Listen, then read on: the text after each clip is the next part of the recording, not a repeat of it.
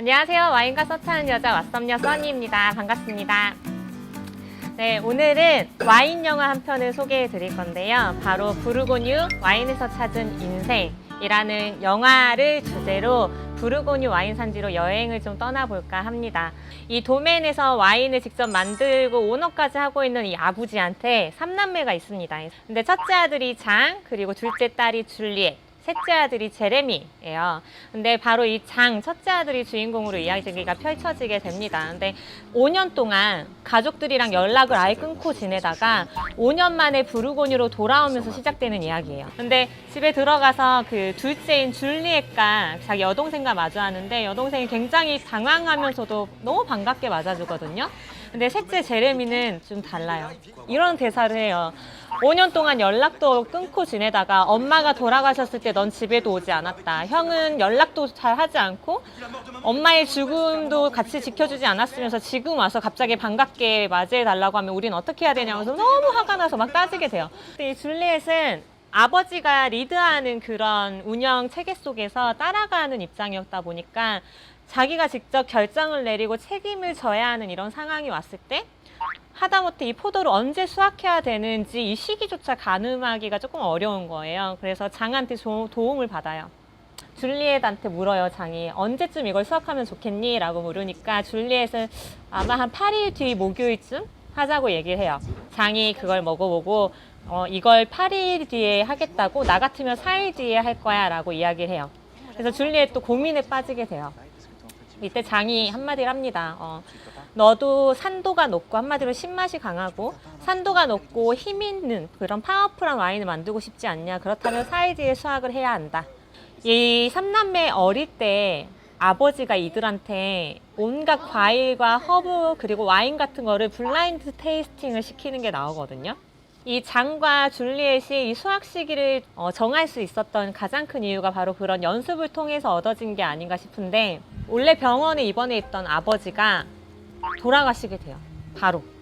그리고 그들은 집에 돌아와서 아버지를 장례치른 날 와인을 마셔요. 어떤 와인을 마시냐? 아버지가 살아생전에 만들어놨던 와인을 마셔요. 이 와인을 마시면서 아버지의 스타일은 역시 이런 스타일이야 라는 얘기를 하면서 바로 할아버지가 만든 와인을 또 같이 시음을 합니다. 그래서 확실히 할아버지의 와인은 조금 더 힘이 있고 조금 더 강하다라는 이야기를 하죠. 이때 하필 와이너리가 제일 바쁜 수확 시기예요. 수확 시기. 포도를 수확하고 와인을 만들어야 되는 가을인 거예요. 그래서 이 와인을 만드는데 그 양조 과정이 쭉 나와요. 이 컨테이너 벨트 위에 포도가 지나가면 일일이 손으로 이 이물질이나 뭐 줄기 같은 거를 제거하기도 하고요. 네, 그래서 이제 포도 수확이 다 끝나고 그들만이 이제 추수감사절 같은 축제를 벌려요. 와인도 있고 음악도 있고 막 춤도 추고 난리가 나요. 그때 이제 그 장이 잠깐 어떤 여자한테 눈이 이렇게 살짝 맞아가지고 서로 대화하는 장면이 나와요. 대화를 하는데 자기는 부르고뉴에 이제 돌아온 지 별로 안 됐고 나는 이렇게 도망쳤던 것 같다. 여기에 있는 모든 것으로부터 도망쳤던 것 같고 내 뿌리로부터 도망친 것 같다라는 이야기를 해요. 이게 이 영화의 사실 명대사 중에 하나거든요. 그리고 이 결정적으로 장이 이제 유품을 정리하다가 아버지 옷 안주머니에서 자기한테 차마 붙이지 못한 편지 한 통을 발견해요. 근데 이 편지 한 통에 사실은 너가 너무 굉장히 자랑스럽고 너가 많은 것을 보고 배웠으면 좋겠고 너가 꼭 반드시 돌아와줬으면 좋겠다. 그리고 주댐무 다 아시죠? 사랑한다고 전을 해요. 저는 이 영화를서 한마디로 설명하면 불어 제목이 잘 표현해주는 것 같아요. 이 영화의 내용을 쓱기 눌리잖아요. 우리를 연결해주는 거, 묶어주는 거. 한마디로 이 가족의 가장 선명하게 보여주는 주제가 바로 이 가족의 사랑이 우리를 묶어주는 것. 더 나아가면 이 가족의 삶의 터전이었던 이곳, 와인에서 가장 중요한 때르와, 이런 것들도 같이 포함되는 게 아닌가라는 생각이 들었습니다. 그리고 마지막으로 하나 더 명대사를 좀 들려드리고 싶어서 사람도 그리고 와인도 숙성될 시간이 필요하다고 얘기를 해요. 이 영화 자체가 이 장과 줄리엣, 제레미라는 삼남매가 영화 초반부터 이 약간 갈등과 어떤 어려움을 겪으면서 숙성되어가는, 성숙되어가는 과정을 그린 영화인 것 같아서 하나의 와인이 성숙되어가는 이런 내용이 담긴 게 아닌가라는 생각을 좀 하게 만들어줬습니다.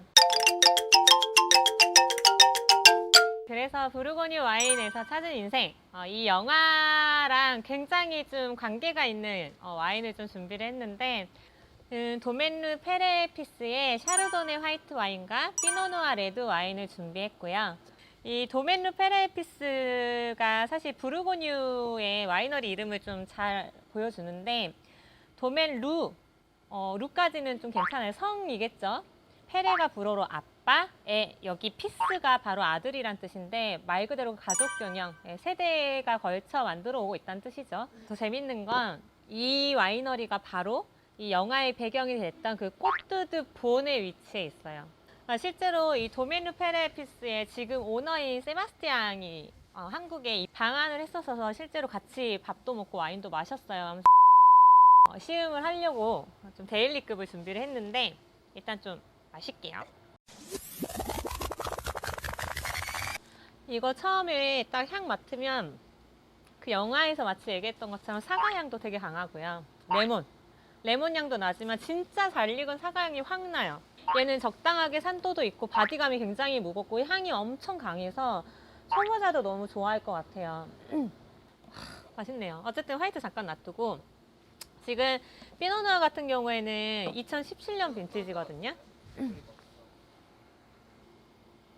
이게 꽃향기가 너무너무 강해요. 레드인데도 아카시아 같은 화이트 플라워도 느껴지고요. 바이올렛, 레드 그 특유의 그 꽃향기랑 과일향이 엄청 강하게 느껴지는데, 조금 잘 익은 라즈베리 같은, 그 라즈베리 실제로 못 드셔보셨어도 라즈베리 들어간 과자나 아이스크림 생각하시면 좀 떠오르실 거예요. 지금 숨 쉴 때마다 나는 이 피노누아의 향을 정말 좋아하는데, 오히려 샤르도네보다 산도가 높다고 해도 과언이 아닐 정도로 2017년이 지금 피노는 산도가 좀 높거든요. 그래서 저는 사람들이 항상 물어봐요. 선생님, 그러면 치킨을 먼저 먹고 와인을 먼저 나중에 마시는 게 맛있냐, 아니면 와인을 먹고 안주를 먹는 게 맛있냐고 물어보지만 둘 다 상관없어요. 그냥 드세요. 그래서 일단 굽네랑 한번 어울리는지 먹어보겠습니다.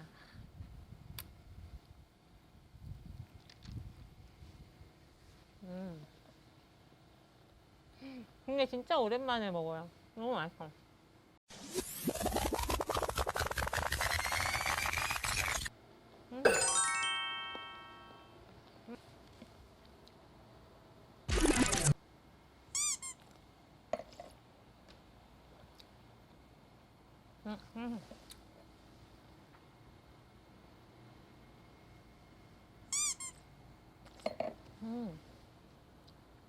여러분 되게 항상 선입견이 좀 있지 않으세요? 화이트는 무조건 해산물. 화이트는 도대체 뭐에다 먹어야 되나? 치즈밖에 안 떠오르셨죠? 근데 사실 샤르도네는 돼지고기나 오리고기, 닭고기, 고기랑 엄청 잘 어울려요.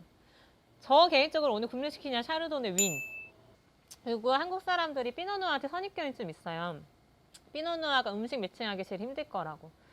근데 피노누아야말로 모든 음식에 다 잘 어울려요.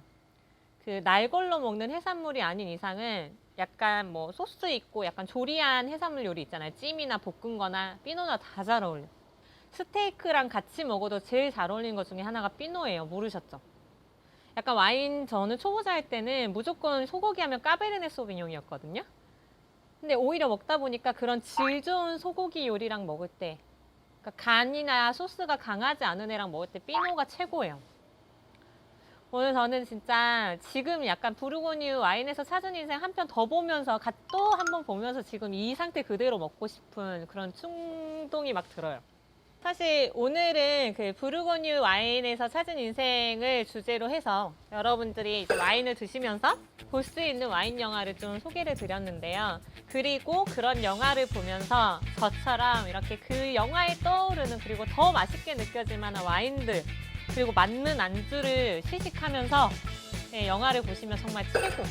지금까지 와인과 썸 타는 여자 왓썸녀의 먹방이었습니다.